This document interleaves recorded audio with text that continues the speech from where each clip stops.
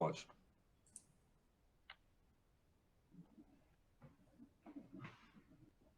Hey, good morning. Thank you guys all for joining us for day 2 of Food, Fuel, and Water. Very happy to have Itron here.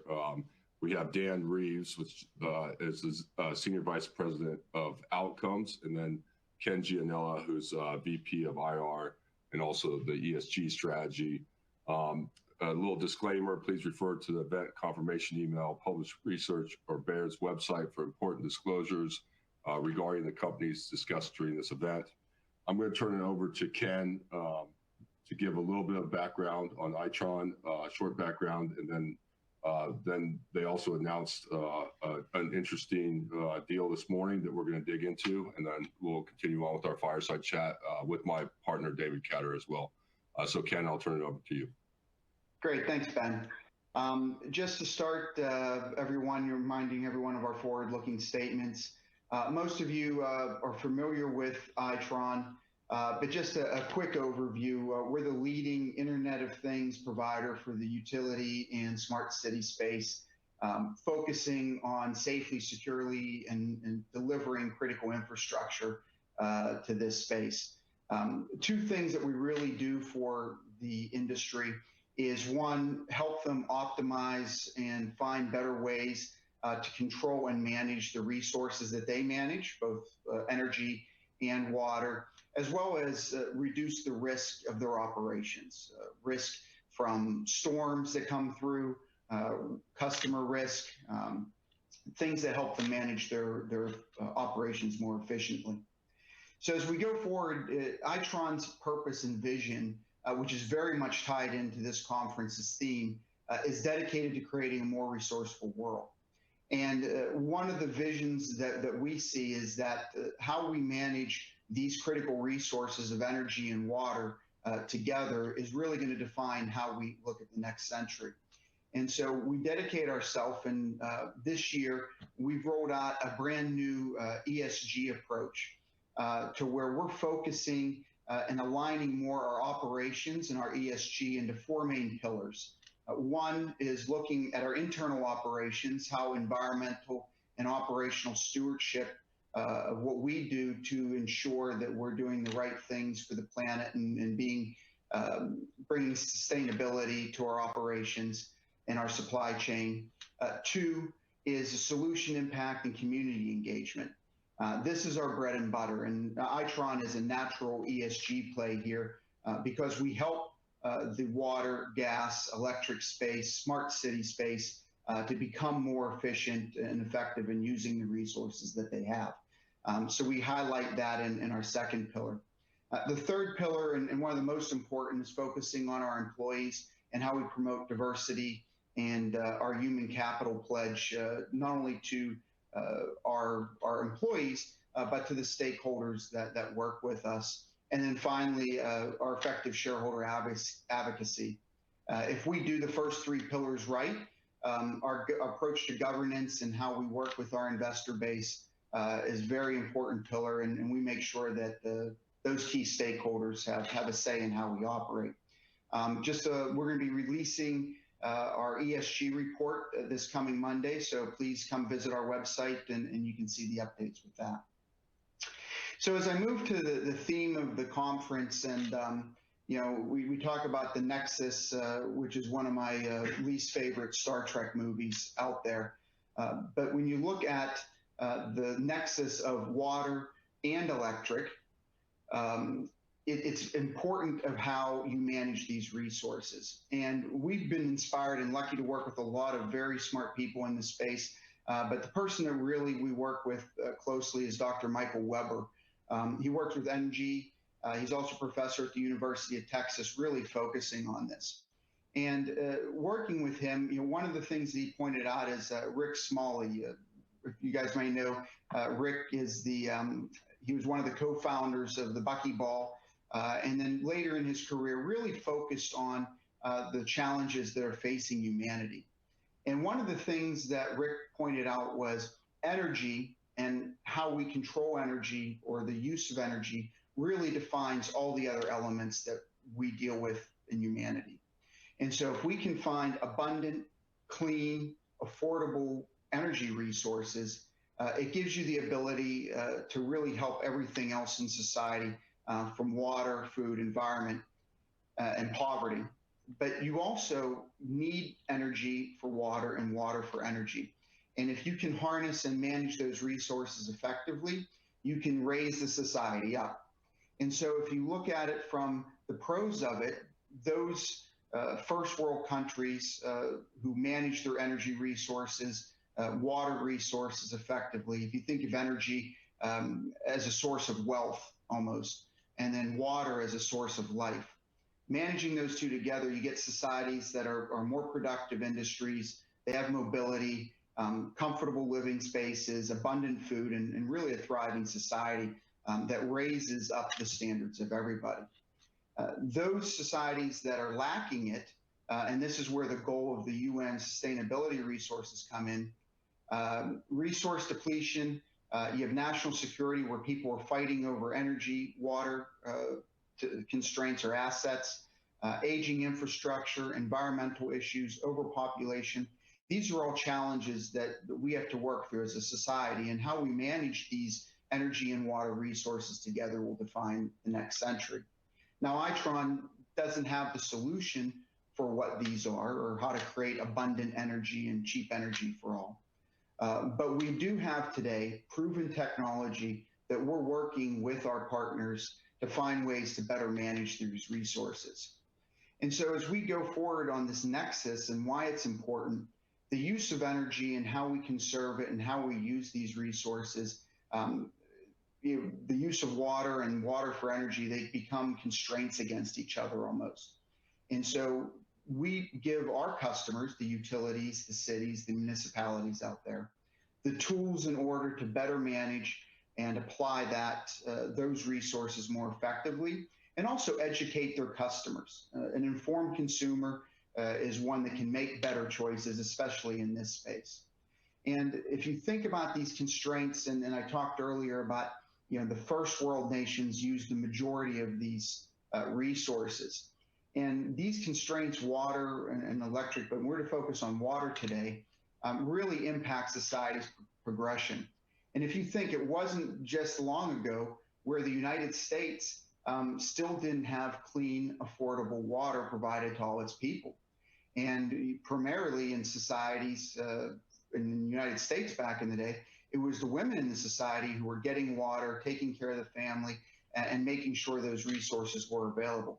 You see that in the third world countries too. And so as we create platforms and ways to deliver safe, affordable, portable water, this can raise up everyone in society and give women and others in society a chance to grow.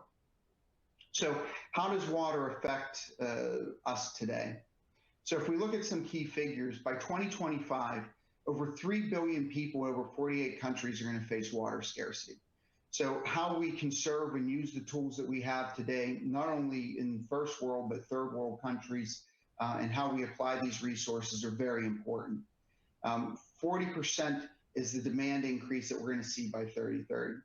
And where this nexus comes into play of water and energy is the number one expenditure that water companies have is on energy, whether that's for pumping the water, cleaning the water to make it drinkable, and desalinization. Many countries around the world, we have over 70% of the earth is covered by water, only 8% is drinkable. If we had unlimited low-cost energy resources, we could desalinate that water and make it drinkable for folks around the world. So that nexus and connection between the two are very important. But if we're spending all this energy resources on developing clean and safe water, we waste a ton of it. Over 33 trillion gallons a year are lost of clean, potable water. And think of that, that's almost as losing the size of Lake Tahoe every year. So taking care of the resources that we already spend to get clean to deliver, one of the things that Itron helps do is find ways that we can help leak detection and make sure that those precious resources are used wisely. And it's not cheap. The loss of water over this time is over $39 billion a year. And that's a lot that can go back to other problems in society or finding other ways that we can contribute back to the consumer base. So I'm going to hand it over to Dawn now. We're going to talk a little bit about how Itron and the outcomes group that Dawn runs can manage water more effectively. Great. Good morning, Ken. Thank you. So I think you've made a clear case for the importance of managing water and providing water. And let's dive a little bit deeper into how we go about doing this. As Ken mentioned, water scarcity is a key issue, and there's a number of factors that play into that.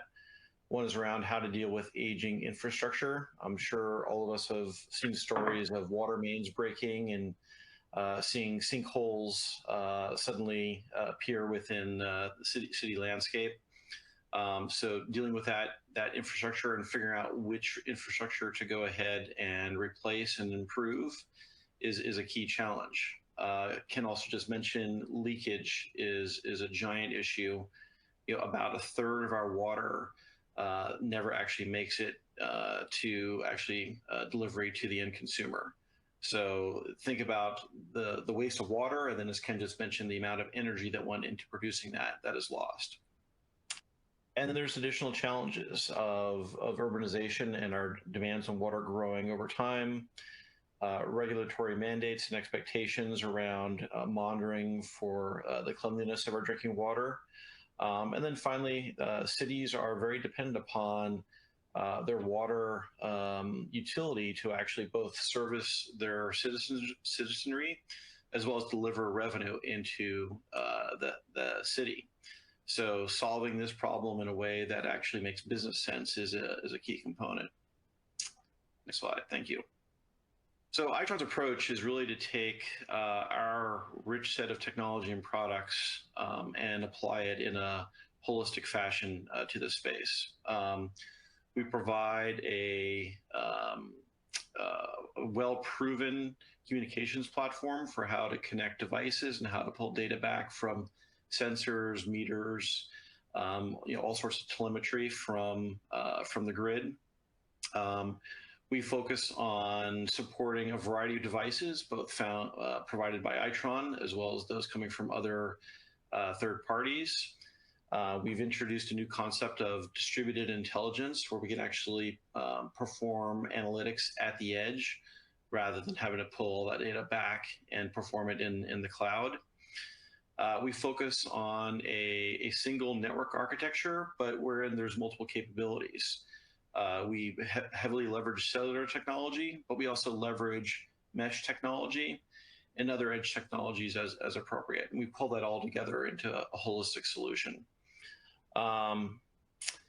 As we then look at kind of our whole approach to how we manage this, it's first off providing a complete proven solution. We know that our customers are not capable of integrating a variety of disparate technologies. They want a proven solution that minimizes the time to value and can be rapidly deployed in the field and start solving problems. We also focus on the customer part of this. We realize that educating the end consumer on better practices is an important element. We've seen very important results in the world of energy as we educate consumers and they start changing their habits. And we believe the same will be happening for water. And then we really focus on, again, delivering this multi-application platform. There's a variety of ways to go after the challenges in the water space, and we want to make sure that while we start with one or two applications within our customers, we can rapidly deploy additional ones over time to meet their evolving needs. Next slide. So let's dive a little bit deeper into how we think about this space and the technology we bring to bear. So within the world of water, there's two broad categories of revenue water and non-revenue water. Revenue water is what you would imagine it is. It is actually generating revenue for water actually delivered to the end consumer. But the non-revenue water space is a broad set of problems. And this can be everything from the water being unmetered or the meter being inaccurate, all the way through to water being lost somewhere within the distribution system and never actually making it to the end consumer.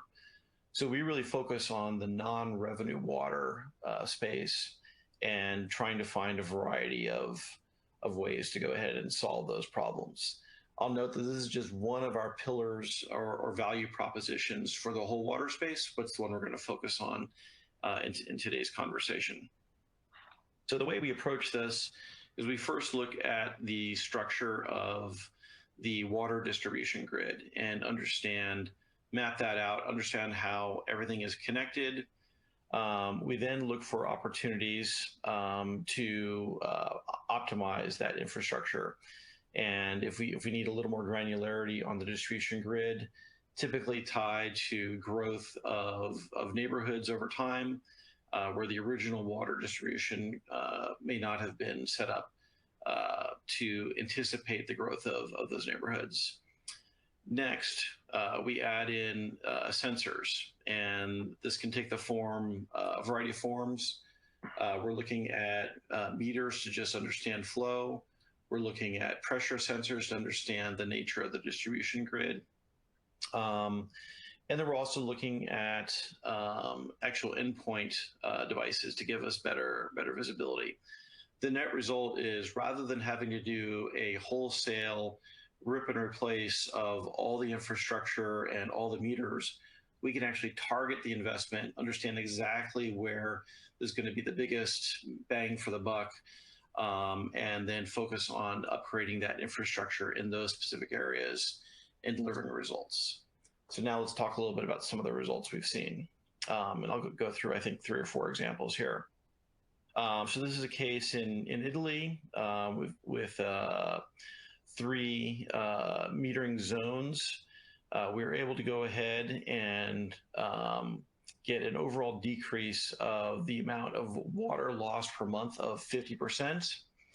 We're also able to increase the amount of measured water going to the end consumer of 25%, overall net reduction of 20% in non-revenue water. So a very significant improvement for that utility.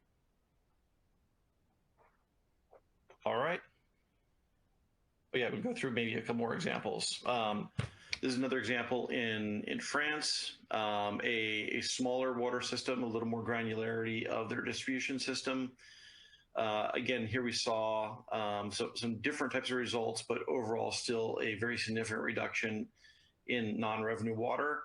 And again, I will just emphasize this translates directly into the pocketbooks of the utility, which in turn is typically, again, owned by the city. And so this is returning benefits right to the community. So our payback time is typically measured within months to maybe up to a couple years for the system to pay for itself. So very rapid turnaround, and it's a system we can deploy very rapidly. And with that, I think I will open it up for questions. Yeah, and just to remind everyone, you know, what Dawn went through there with our release of our ESG report coming out on Monday, we're also going to put out a proven benefits deck along with that, which will have some of these elements that Dawn just talked about, plus others from the energy side. So over to you, Ben. Great. Thanks, Dawn, and definitely want to delve into some of this with you. First, Ken, I wanted to talk about the Latin America announcement that you made today. Could you just start from the top, maybe just discuss what you did, the transaction, and then we can dive in with more questions there. Yeah, absolutely. And we're very pleased with this, and this furthers the strategy we put out at Investor Day of becoming a more asset-light company. We made a deal with a new distribution partner in Latin America called Acel. It's a newly formed entity of taking our existing management team down there, coupled with a combined company of Ethos Asset Management, Straight Manufacturing, and Improtech, which is one of the partners that we've worked with in Mexico. And they're going to form this new entity and become our primary distributor in Latin America. Now, what that means is they're taking over all manufacturing, all of our obligations, assets, and liabilities in Latin America. And they'll also become a main distributor for our products made outside of Latin America, as well as our network and outcomes business. And so this is going to be a great partnership. It's a win-win for them and us because they're based, they have experience in Latin America. They can go deeper with our products and services down there. But it, again, furthers our strategy forward of how we become more asset light. It's going to free up working capital that we have down there and make the cash more mobile. And it's also going to increase the cash flow slightly in the years to come through the partnership. So very excited about this announcement today. So Kenneth, it's 3 factories. Could you talk about what the factories produce, just so we know that? And then could you just talk about the relationship going forward with both Don's business and the network business? Yes, absolutely. So primarily it's all of our assets down in Latin America. There's a handful of employees that we're going to retain in Mexico because we have contract manufacturing assets in Mexico. We will retain and continue that.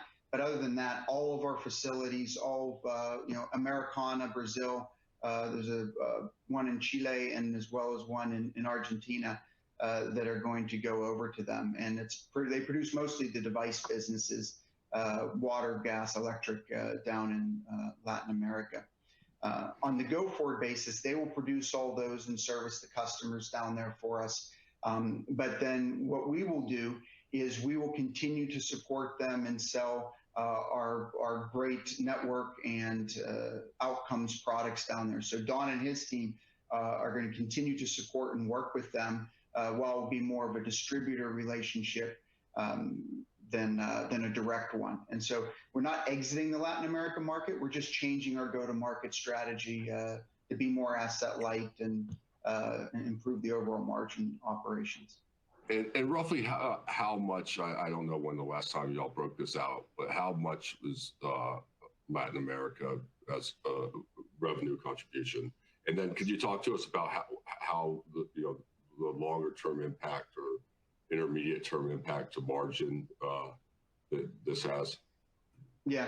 So first of all, we don't give out the individual region there. It's coupled in our 10K with Asia Pac, which comes around about, but it's the majority of that area there. The net impact, it's really immaterial from an income statement standpoint.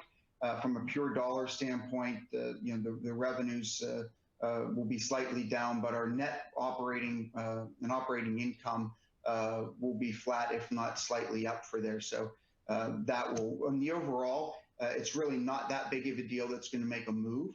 But from the freeing the cash flow and continuing that asset light model, extending that forward and exiting those Latin America assets, that's the real strategy win here for us. Hey, Ben, I think you're muted. How should we think about this just from your restructuring plans, that you've announced in the past? I want to make sure this is not COVID related at all. No. This was the thought about years ago, and so where is this now as far as your factory footprint? Because I think that gets a lot of attention from investors and where you're going. So what stages are we at now after this deal? Right. No, and thanks for mentioning that. And I do want to point out this has nothing to do with COVID or needs for cash. This was part of the strategy that we laid out at our investor day back in June 2019. But this actually going forward to go more asset light, there was portions of this deal that were covered as part of our 2018 restructuring plan. It wasn't until the later years that we were planning on executing on that. That wasn't anticipated in this year. So, there's some goodness that comes from that side of it. And if I can just jump in, we've got a few questions from the audience, and everyone out there, feel free to submit. The first one is just going back to your presentation a little bit. With the acquisitions, and you used to revenue, but what split of the business is actually water related now? Or if you can't give us exact numbers, can you speak to that a little bit? Well, we're going to talk. You'll see it in our ESG report that comes out on Monday. from the markets we serve, electric is roughly around 60% of the marketplace, and then we split gas and water 20% and 20%. So water is essentially 20% of our business today, or in 2019 off the 2019 numbers. If I can just jump in there, Don, from your perspective on outcomes, because I think that's one of the most exciting parts of the business that we're looking for growth coming. How do we think about that split across electricity, gas, and water? Yeah, I tell you, outcomes is still heavier weighted today within electricity, and our solutions around water and gas are a little less mature, but growing. We certainly see a very bright future in water, right? As I think we've laid out, there's a really significant opportunity, and we think we're bringing a combination of networking, analytics, and domain expertise combined with devices to really solve the problem. So it's an area of focus for us. Go ahead, David. What would be in your discussions with, this was probably for Ken, but in your discussions with municipalities, are they still cost buyers, or does concerns or focus on sustainability and resiliency offset kind of budget pressure in those discussions? Yeah, I mean, I can start off and then Don can take over. When you're talking with the municipalities pre-COVID, it's always about the management. And one of the stats that we showed is one of the highest costs of producing water is the energy usage. And so finding ways that water and municipality companies can become more efficient, lower the overall usage, and if they're going to spend good money to produce clean, potable water, you want to retain that. And so using our technology to understand where leaks are, making sure they're getting billings properly for that, that's the value prop that we bring and gets the return for them. And so, since we have you, Don, I want to focus on outcomes a little bit more. Can you talk about the number of products or services and products within the outcomes business, a rough estimate, just so we kind of get the idea? I know meter data management is a big part of it, but could you kind of tell us what's under the hood there? Because I think that investors are still trying to figure this out. Sure. So today outcomes is about 10% or so of Itron's business. It's an area, again, we're focusing on growing as rapidly as possible. Our services today are split into a few different categories. We do focus significantly on information and data management, and so it covers the meter data management area that you outlined. And we've got a variety of products that scale up for the largest utilities of the world and then down for some of the smallest. We've got a large geographic footprint. So we're very pleased with our coverage there and capability across both utility size as well as electric, water, and gas. Next, we focus significantly on analytics, and this takes a variety of forms. There's analytics for the meter to cash process. There's then grid analytics, and we've talked about water from a grid perspective. There's also electrical grid perspective. We've also been focusing over the last couple of years on gas distribution. I think you've probably seen stories around what we've done in New York City in rolling out methane sensors and ability to identify issues before they become any sort of significant problem, resulting in worst case an explosion. And so that is a big area of focus. And then as we're moving up the value chain and trying to tie together holistic solutions, so our water operations management, of which the non-revenue water is one of the key components, that is an example of how we're trying to broaden our portfolio. We do a lot of work in demand response today and moving into distributed energy resource management. And we believe there's going to be very significant value there with the move towards electrification. And then finally, we also have, as part of that business, a very significant forecasting portfolio. We actually provide forecasting services to utilities around the world. And so that gives us a real advantage in having those types of conversations with customers. And so, if I go back into like Silver Spring days, we used to talk about dollar per endpoint. Is that how we should still think about it, or is it a different way that we think that you think about the opportunity set?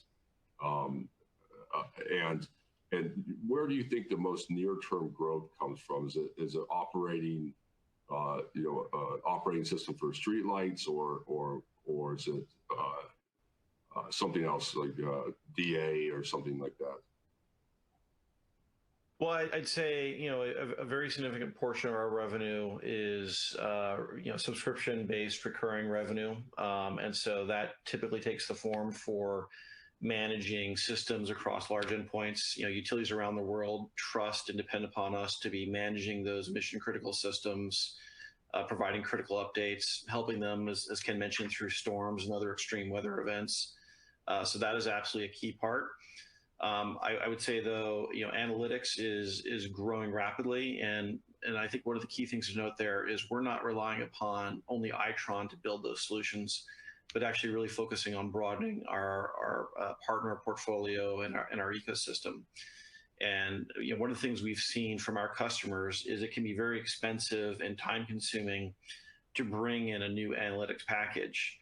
So our focus is on pre-integrating those analytics and making it very easy for the utilities to go turn on those new capabilities, and which is then in turn very appealing to our partners, because it just reduces their time to value and realizing revenue. So it's a real win for the utility, it's a win for the partner, it's a win for Itron. So that is a very significant area of focus.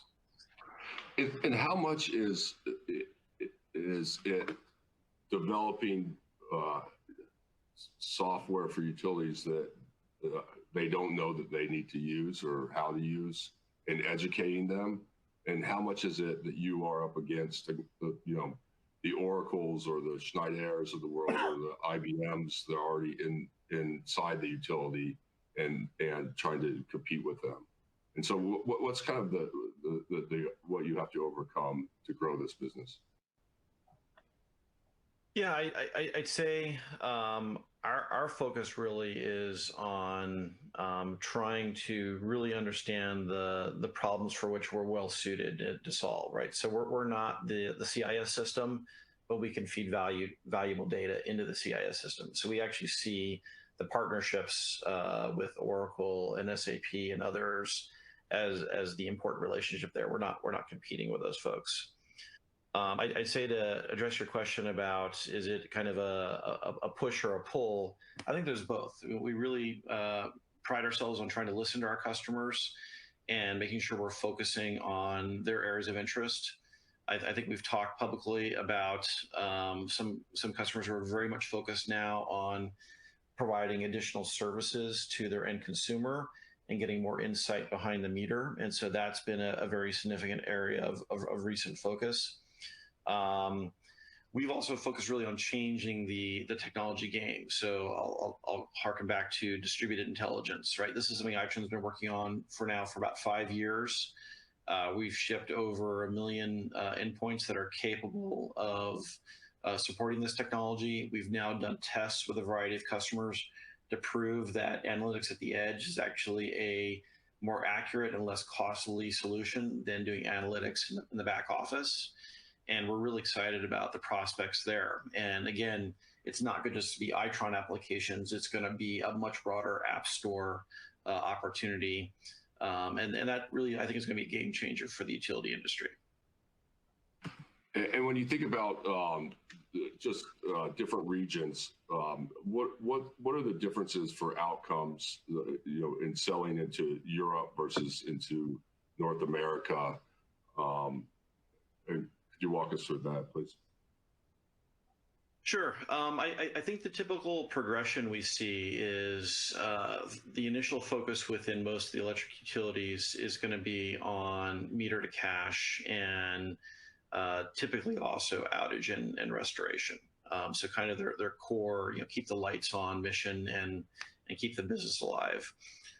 Our experience, though, is once our customers have solved those problems, and it's something we know how to do extremely well, then they turn their attention to operational improvement. And they're trying to bring additional costs out of their operations. They're trying to deliver a superior level of service.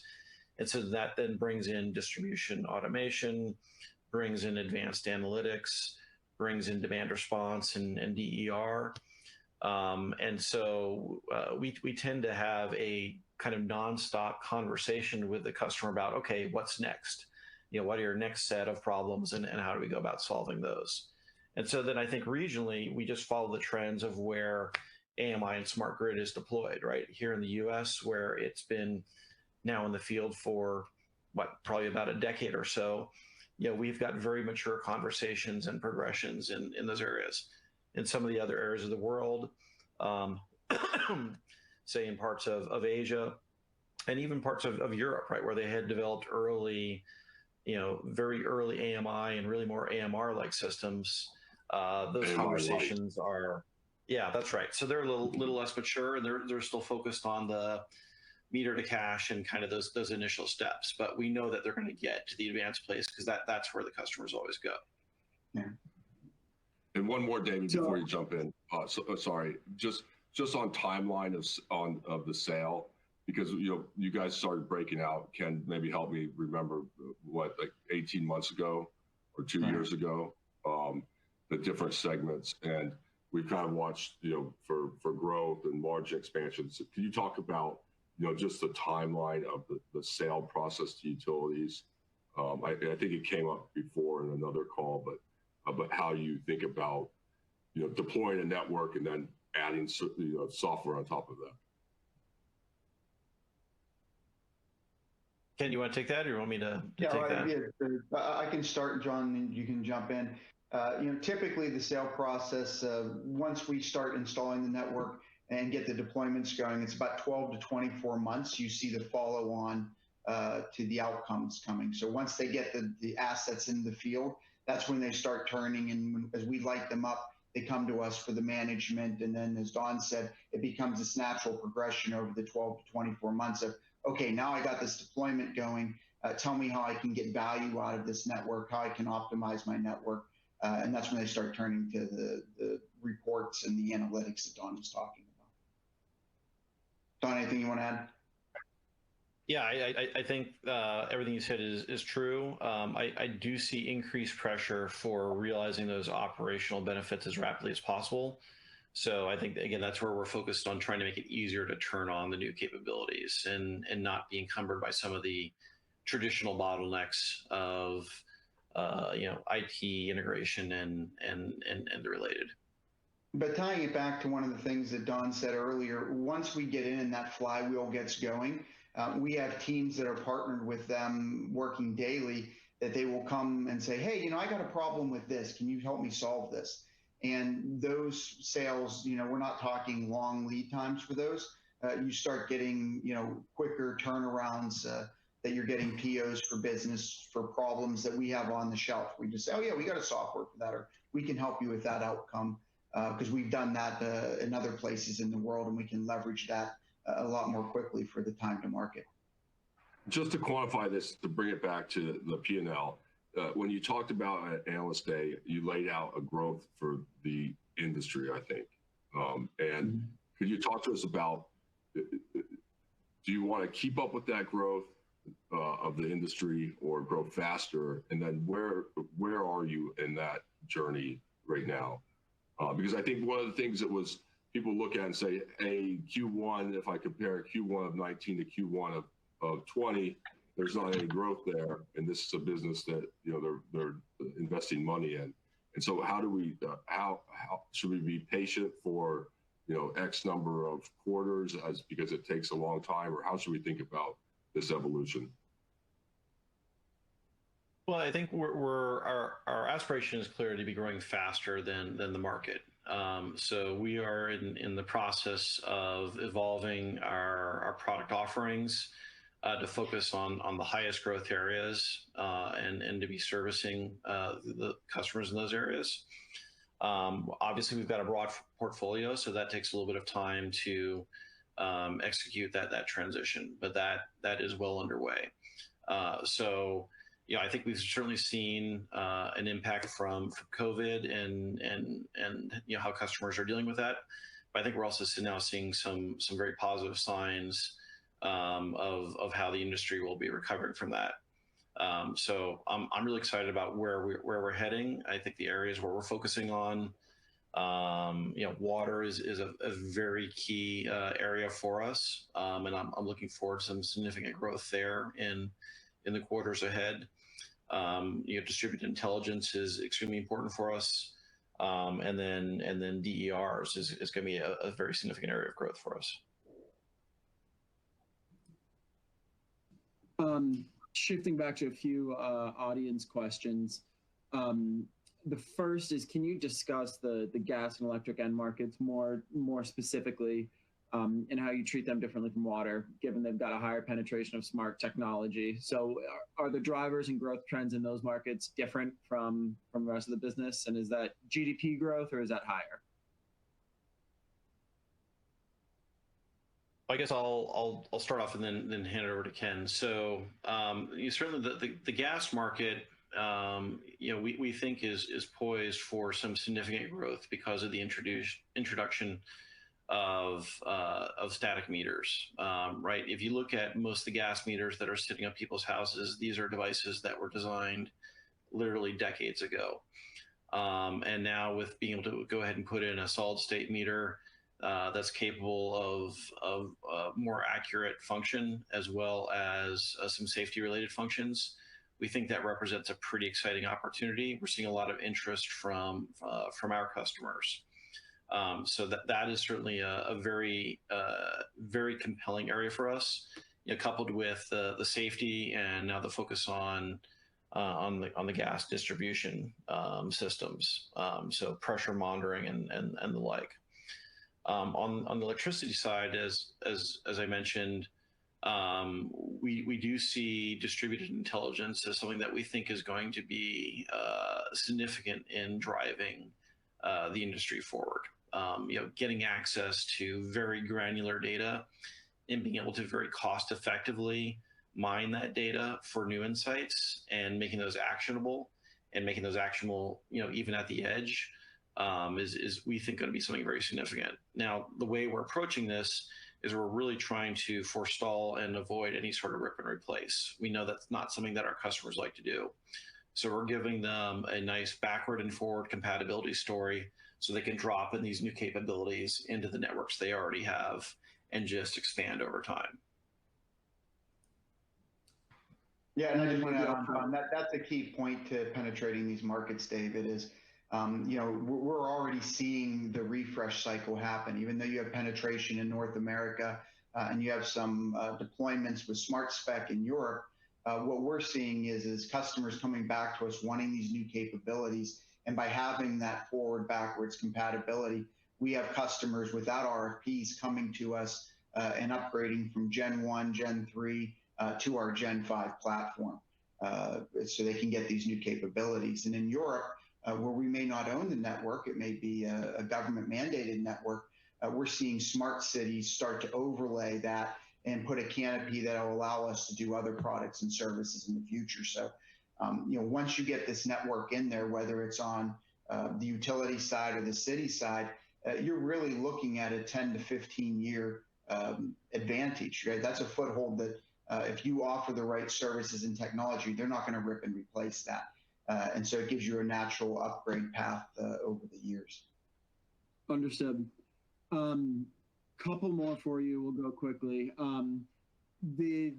What is the risk from developing in-house solutions in your solutions business versus maybe pursuing an M&A strategy or external? And maybe I can add in a question on top of this that I would like to ask just about R&D spend. I think that you lead, your competitors and how much R&D you spend. And so, Ken, maybe you'll help keep us in the boundaries of what you've disclosed. But how much goes to outcomes, and so how do we think about that 8 or 9% of revenue that you spend on R&D, where that goes, and then in-house versus M&A. And Don, David went to his first Distributech last year, and then I went the last 12 years before that, and I see all these fancy VC-backed software companies. And so how does that fit into your thought process of growing the business on some of these things that need a home? So I'll start with the baseline for everybody. Is on Investor Day, we look to invest 8 to 9% of our revenue into R&D, and over 34%, I believe, is the number, goes into outcomes and our core platform development. And so keeping investing in these growth areas is very important. So Don, I'll turn it over to you from an M&A and a product standpoint. Thanks, Ken. Yeah, Ben, I think you hit the nail on the head, right? It would be foolish of Itron to think that we could go build all the software that would service the broad needs of our customers. So it is very much a strategy of ours to engage with the broad community, enable those solutions to be rapidly deployed. And then, honestly, that gives us a very effective manner of understanding what's out there in the market and what might be long-term suitable as an addition into the Itron portfolio. And the plus side is having over 250 partners out there and in an ecosystem that we're growing. It gives us a natural look to see what products and services are working within the utility space out there. But if you add to it, our current strategy is, obviously from a capital prioritization, once we get through COVID, obviously right now it's cash conservation, but it's definitely getting back to paying down the debt, getting below 2x. And then from an M&A standpoint, it's definitely tuck-ins and helping Don and the outcomes team grow that business. The last question is from the audience, and we'll add a little bit to it. It says, the smart electricity meters have not delivered meaningful benefits to customers in some people's view. Can we maybe expand on that and just talk about the cost benefit of networks and software and how that relates to both the consumer, but I think ahead of that to the utility and getting through the Public Utility Commission process. So to all the stakeholders, how has that evolved over time with functionality? And then maybe, Don, since you're here, can you weave in how software plays into to utilities and trying to deploy CapEx and how that works for you or against you? Well, Don, I'll take the first part and then we'll hand it off to Don. So in our upcoming ESG report and proven benefits deck, similar to what we did at Investor Day, we lay out what the return and the proven benefits are for a customer or for a utility. So the base AMI system, it's just a little over a 1x return for the base AMI. But our network is not a one-trick pony. So the brilliance of what we built with our platform is you can start layering onto that initial investment other products and services, whether it be DR, demand response, distribution automation, and DA, and our new products, not just smart cities, but also our new product with distributed intelligence. So as you start going up that stack, you can come to almost 2x that return with it. And I think people get too short-sighted when they look at just the economic benefits that come from deploying an AMI network. You have to think about the intangibles that come along with it.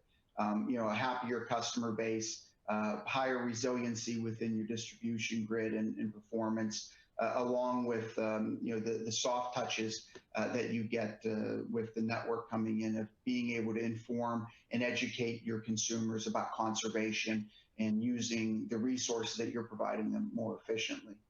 Don, do you want to add in the second part? Yeah, I definitely see a growing focus on the end consumer engagement. And I think as an industry, right, we started off with assuming, well, if we just deliver data to the consumer, that will be sufficient, right? That was kind of green button and green button connect. And I think everyone is now realizing, well, that alone is insufficient. It needs to be actual information. And ideally, the consumer really wants real insights, right? So tell me about my refrigerator that's actually costing me an arm and a leg, and give me an option for actually replacing it. Tell me about my air conditioning system that needs to get tuned. Give me some better insight into what my kids are doing in the house when I'm at the office, assuming we all go back to the office, and running the AC with the windows open. So I think those are the sorts of insights that I think we're moving to, and I think this is a great confluence then of advanced analytics and that edge intelligence capability. I think is what's going to open up the ability to deliver those insights. Great. Thank you, Don. Thank you, Ken. And thanks. Timing worked out well with the announcement today. Congrats on that. And look forward to hearing you on the next quarterly call. Next up, we have Darling Ingredients. Thanks, guys. Thanks, Ben. David. Thank you, David. Have a great day.